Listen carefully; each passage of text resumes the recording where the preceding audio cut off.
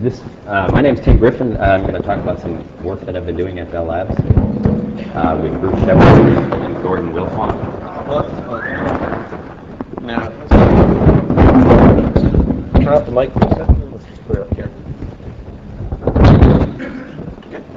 Sounds good. Okay.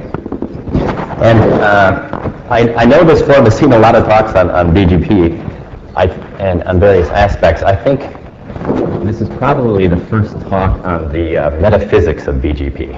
Okay. I think it's your lanyard that's interfering. This? Yeah. Why don't you take it off?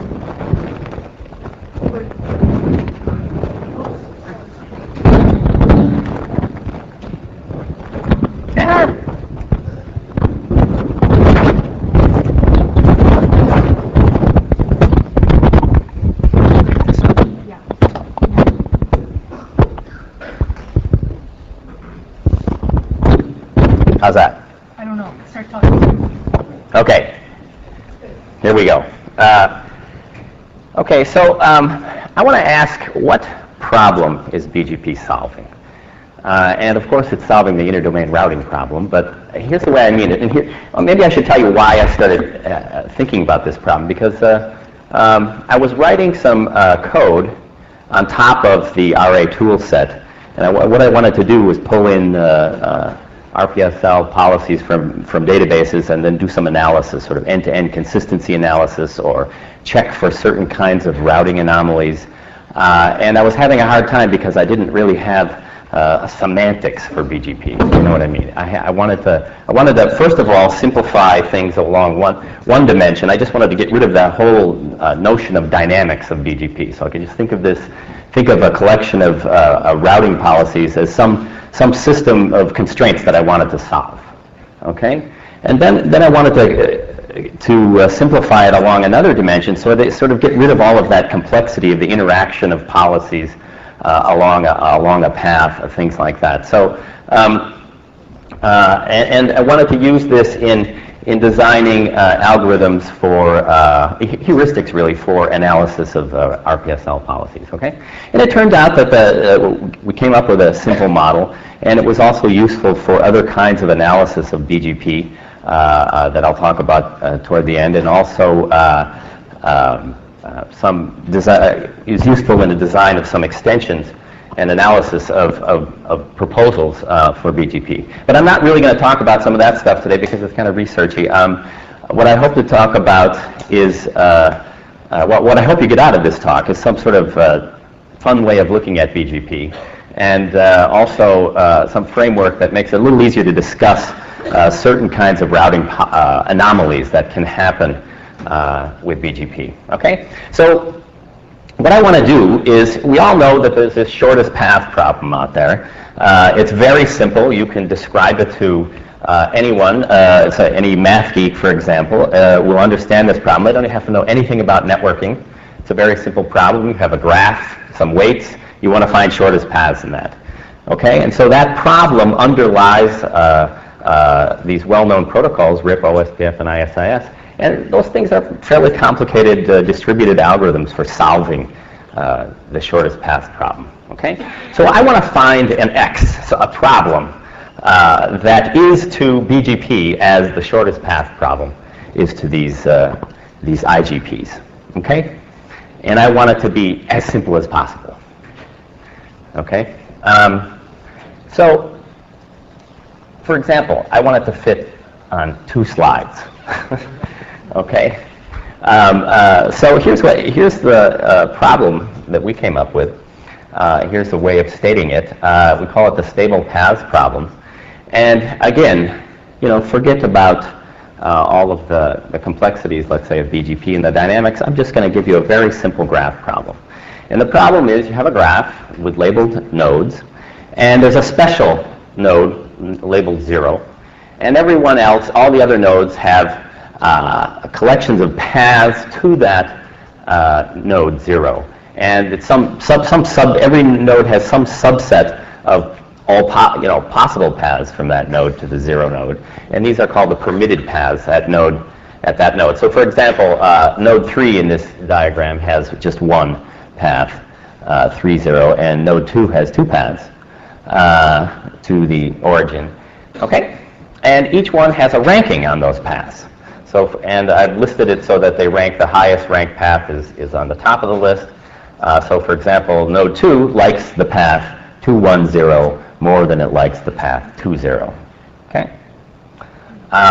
Now, that's it. And so, you know, intuitively, the idea here is that 0 is some, let's say, some AS announcing an address block.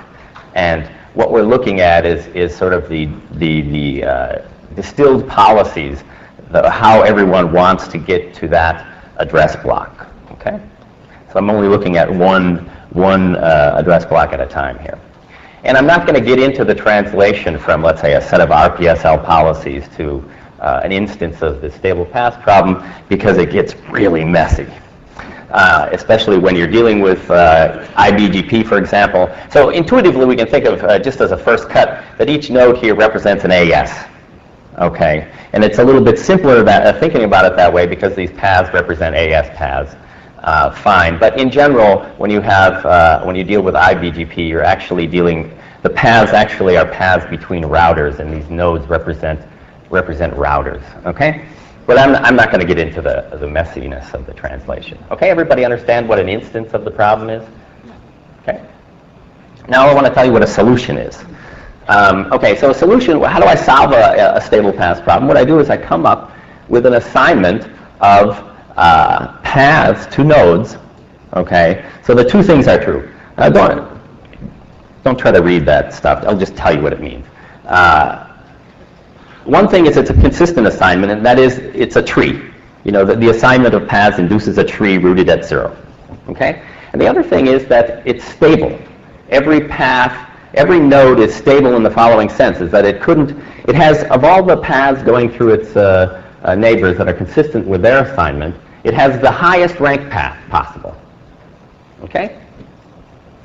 So let's look at this. The underlined, the red paths here represent a solution to this particular stable path problem. And for example, 2 is not terribly happy. It has this path that it doesn't like as much as 210, but it can't have 210 because that's not consistent with what is assigned at 1. Okay. 4, for example, couldn't be assigned 430 because of a stability condition, because it can adopt the path, given the assignment that's at 2, it can adopt the path 420, which is better than 430, so it's going to take that path. Okay? So it has to have that path in a stable assignment, given what is assigned at 2 in this case. Okay? So is that clear? And also we can have a node like 5 here that doesn't get anything. So in general, the stable path problem is not a spanning tree, and it's also not a shortest path tree in general. Okay?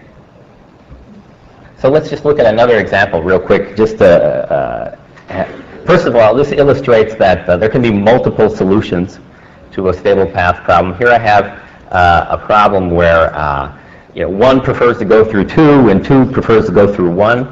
I call it disagree because there are 2 solutions here illustrated, and somebody always loses. Somebody always has to take the path they prefer less. Okay? And in this case, just to illustrate what stability is, if you assigned 10 and 20, the direct path to each node, well then that's not a stable assignment. Because each of those nodes can do better by going through its neighbor. Okay? So I want to illustrate in the next, these things aren't directly, if you look at this, it sort of looks like, 1 and 2 are maybe doing something strange, right? And that could be the case. But let's look at how RPSL might map down to this. I'm going to show you 3 sets of RPSL policies that the actual BGP policies that map down to the same stable paths problem. They all map down to that problem, disagree. And the first one is sort of a direct encoding of what you see at those nodes, is that is 1 just prefers anything it sees announced from 2. So it sets a higher local preference. which happens to be an RPSL, a lower pref. Okay, it's just sort of a direct encoding. I'm just going to use local preference to do that. Another encoding is very different. One says, okay, if you send me a certain community value, I'll prefer it more. And that's community 1, 1. And 2 says, well, if you send me community 2, 1, I'll prefer the route more. And what's strange here is that the 0, the origin, is sending out announcements, and it's sending up to, when it sends an announcement up to 1, it's attaching the community for 2's preference, and when it sends up the announcement to 2, it attaches the community for 1's preference. And so that ends up inducing those preferences that you see in the stable path problem at 1 and 2, but it's not really there. It's not 1 and 2's policy exactly. It's the interaction of the announcements from 1 and the sort of generic policies at 1 and 2. Okay? And finally, it was sort of a combination. 0 pads out on the 0, 1 link so that 1 likes things coming from 2, and 2 has local preference set so that it prefers things from 1. Okay? Now, you could sort of get a sense here why this kind of model helped in writing some code to do static analysis of policies, because you can sort of boil down all of that complexity of interaction down to kind of a very simple canonical form, and then do some analysis there. Okay? So that's what's going on here. Okay, so let's look at how just this fact that there can be multiple solutions to a stable path problem, how that can explain or model a sort of very common routing anomaly. And I'm calling it route triggering here. I'm not sure if that's a well-known term. I got it from Alex Rudnev, but it basically means you have a primary link and a backup link, and you don't want any traffic going over your backup link.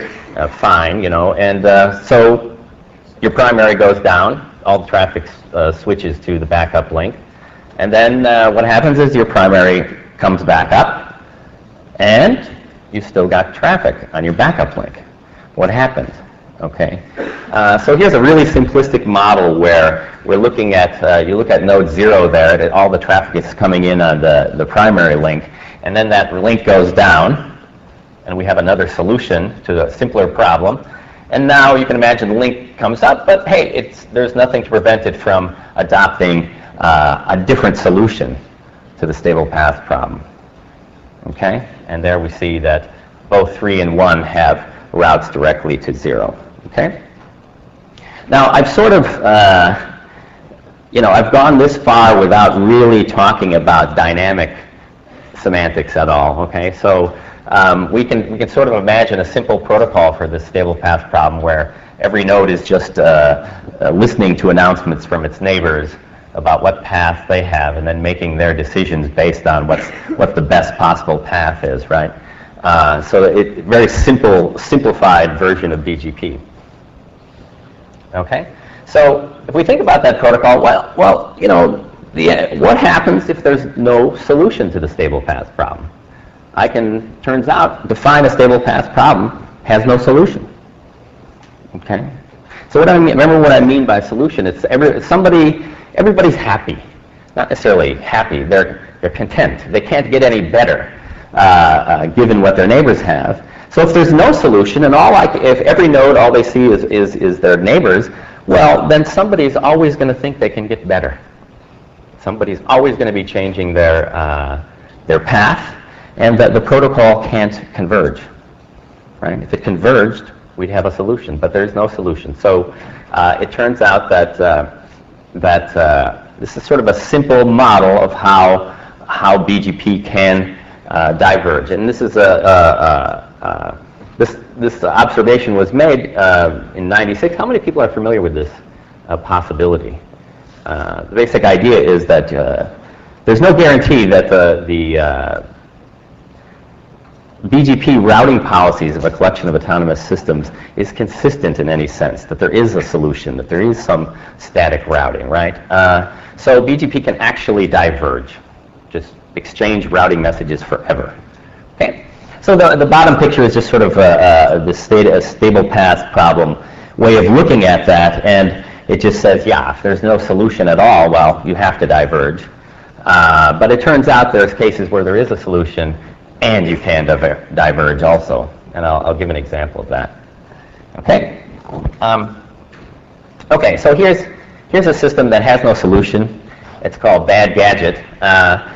And basically the idea is that everybody prefers a one or two hop, a two-hop counterclockwise path to the origin. Okay? And it's fairly simple to see that there's no stable assignment. For example, if 1 took that direct path in to 0, well then, because if we're assuming the assignment is stable, that implies that 2 has to take 2, 1, 0. Okay?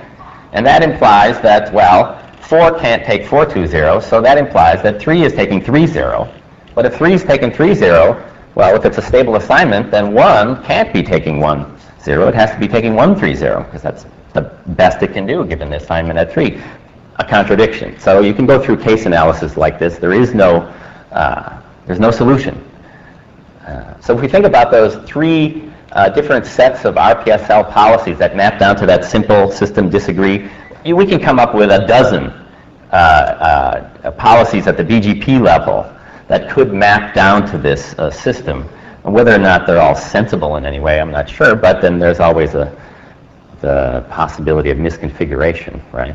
But there you go. So one way of interpreting that observation that Varadhan et al. Made is that well, this problem that's being solved doesn't necessarily have to have a solution.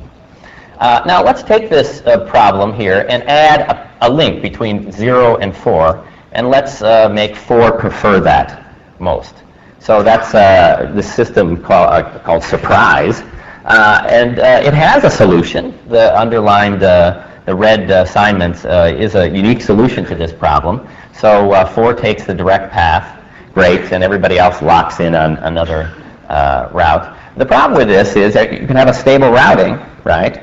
And boom, when that 0-4 link goes down, it becomes Bad Gadget. Okay, so what this example illustrates is that everything can be great, but lurking in your never-tested backup policies is a problem that you're not going to see until some link goes down. Okay, another problem, and this is I kind of like this slide. It just looks nice. This is an example where there is a solution, but you can also diverge. Okay, and so on the right-hand side is that disagree subsystem, right? Remember, it has 2 distinct solutions. And we have over here on the left-hand side something that, well, if 1 picks the direct path to 0, then everything's okay. Everybody sort of locks into 3 and takes that path. However, if 1 locks into the 1, 2, 0 path, then boom, the left-hand side becomes a Bad Gadget, and there's nothing you can do. It will never never converge after that point. Okay? So now notice that in these Bad Gadget kind of examples, there's always several autonomous systems that are preferring some longer path over a shorter path, right? Actually, it turns out that that's always going to be the case. So you would like to say that if I configure, let's say all routers in the world are configured so that they don't use local pref. Okay, so in other words, basically the decision process is pick shortest AS paths and then do some tie breaking. You'd like to use that as sort of a baseline for analyzing, let's say, proposed extensions or whatever to BGP, because you say, well, let's start from that safe world and see if we can get into trouble by adding some new feature or whatever. So here's an example. So the idea here is, suppose you're in a world where there's no local pref, but we do have confederations. Can we get into trouble if within a confederation you take, when you're measuring AS path length, you take member ASs into account? Okay, it seems like you could code that up yourself if you wanted to, or your vendor could provide a knob for doing that kind of thing. And here's just a simple example where you get a bad gadget out of that. So the big blue circles are confederations. They each have 2 member ASs. And so for example, Q, the router Q, has 3 paths to 0. They're all of length 2 from the perspective of its BGP table, let's say. And so it just breaks ties using maybe the IP address of Z and R and A. Okay, and so it broke ties preferring to go through 3. And now everybody does the same kind of thing. They just break ties going to the left, and boom, you've got a problem. Okay. Here's another example. This is just, again, suppose we're living in the world where there is no local preference, but there is, so we know that world's safe. Now let's add the prefer me global community. Okay, so here's an example where in the gray boxes are sort of the BGP level policies. Everybody's doing sane things. There's nothing weird about it. And paths are being, equal length paths, for example, at 1 and 3 are just being, there's tie breaking going on there, so they just happen to pick this counterclockwise path. And then 5 here is announcing prefer me up to 2. And so what we're seeing in 2's policies in the so it's in the BGP world, it's just saying, hey, I'm doing shortest paths, basically. But in the SPP world, we see that this one path is preferred over the other, and then you get this bad gadget. Now, this isn't saying that prefer me is bad, or it's not saying it's good, or anything like that. It's just saying it's very powerful. Okay? It's just saying in a world where everything is okay, only one use of this attribute is enough to get you into a situation where you won't converge. Okay? So perhaps there are some guidelines that need to be followed when using these kind of things, or use them carefully, something like that. Okay? So what's to be done here about this particular problem? Well, one approach, of course, is to put the problem really was originally looking at was, well, how do we pull out RPSL policies out of a database and check them for consistency? We want to say, hey, there's not going to be any problem here, or there is going to be a problem, potentially, if this link goes down, let's say. And we've done some analysis on that, and again, this is kind of researchy stuff, but it turns out to be really hard. Even if you had complete information of RPSL policies, it turns out to be an NP-complete problem to identify solvability and that kind of thing. So that doesn't mean that it's not worthwhile still to come up with some heuristics that work pretty well in practice, and I think that's definitely an area that we're going to do some work in. Okay. Another approach is to just recognize that this form like this, recognize that there is a possibility of BGP divergence, and try to come up with, let's say, recommendations or policies on how to identify that and how to address that. One thing to do, I think it would be fun, would be to, with one prefix, let's say, to actually set up in the backbone between large tier 1 ISPs, set up an oscillation like this intentionally, so that we could use the kind of infrastructure Craig talked about to measure what it looks like. What does it look like when this kind of thing happens? And then maybe use that to come up with some recommendations or guidelines. Okay. Another approach is a dynamic approach, some sort of dynamic break on BGP oscillation. Now, route flap dampening doesn't solve the divergence problem. All it does is make it run in slow motion. Okay. So what will happen is, let's say in a bad gadget, is you'll just slow it down. It'll never stop. Okay, and we've done some experiments on that. But so one thing, and again, this is sort of a researchy topic. We've come up using that SPP formalism. We've come up with a proposal to actually extend the protocol with extra information, where you can dynamically detect a policy-based oscillation and recognize it as a policy-based oscillation. And you can see all of the AES, the autonomous systems that are involved in that,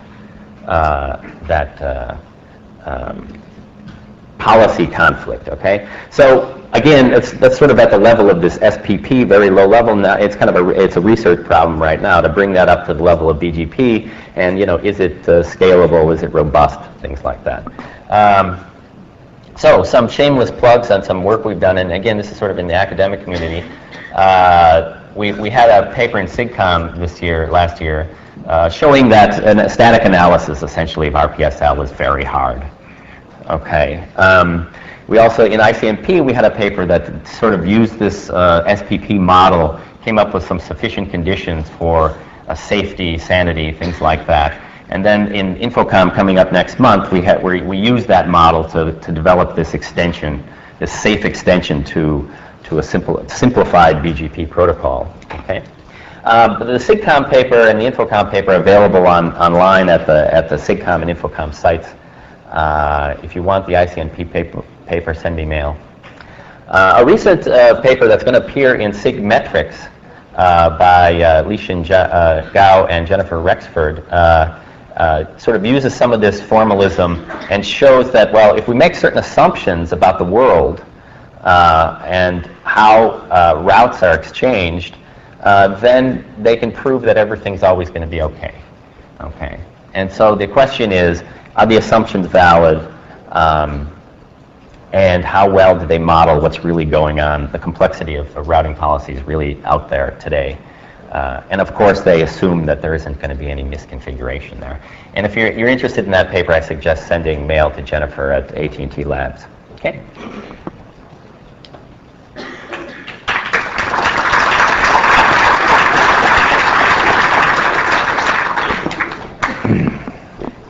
Questions for Tim? Maybe bring up the light.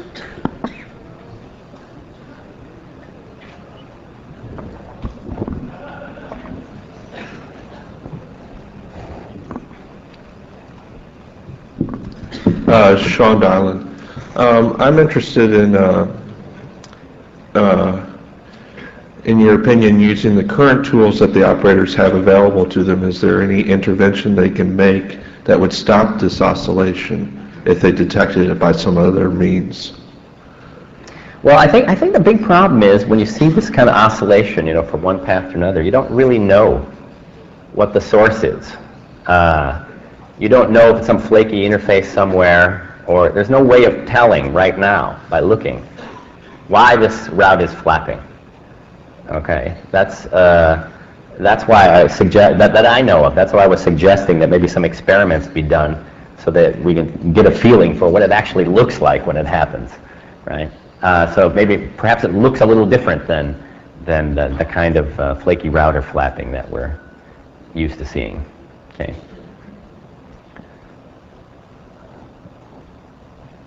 Yeah, maybe I just wasn't paying attention close enough, but it looks like all of these examples of problems depend on peers redistributing routes learned from other peers to each other, which is currently not the case in the vast majority of the large backbone routers.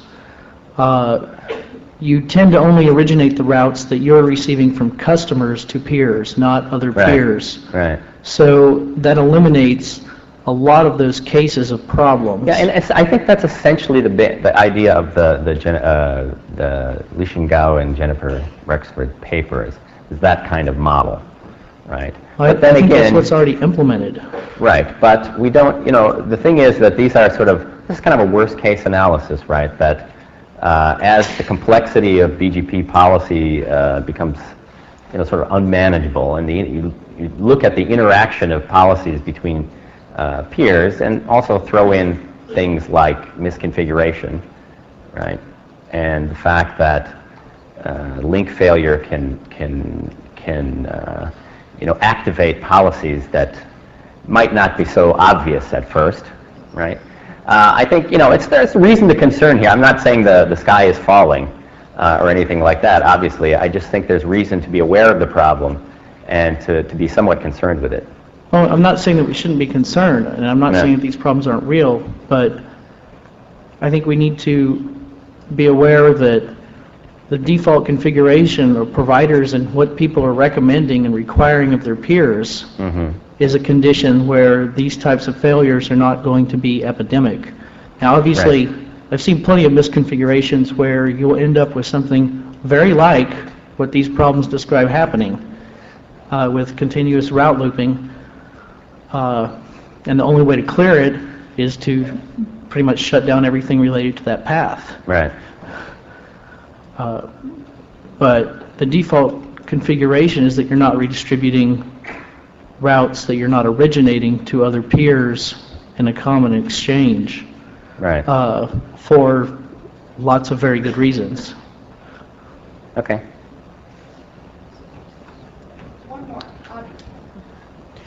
If you, this is a sort of a related question about this presentation and a question sort of for Craig. If you're looking from the perspective of a number of different providers, and only some providers have these conflicting policies, then have you ever looked at it from the perspective of saying, well, we see these prefixes churning, but only in a few different ASs, not globally, and looking past the BGP dampening window. So maybe there isn't actually, the T1 going up and down causing it. Maybe it's some sort of oscillation. Or at least you have that data so you could run that kind of analysis sort of after the fact. That would be a great thing to look for in all of that data that's being collected out there. Right. Obviously, you lose if it's the ASs transiting someone that are, having this problem. But as was pointed out, normally those ASs aren't transiting each other also, although sometimes that happens. Right. I think all that makes a lot of sense. The difficulty up till now has been that there's been so much junk in the BGP streams that any type of rational analysis on trying to find patterns has been a bit nonsensical. But because we've gotten rid of some of these pathologies, I think, and things really are being deployed and new router, so hopefully in the future.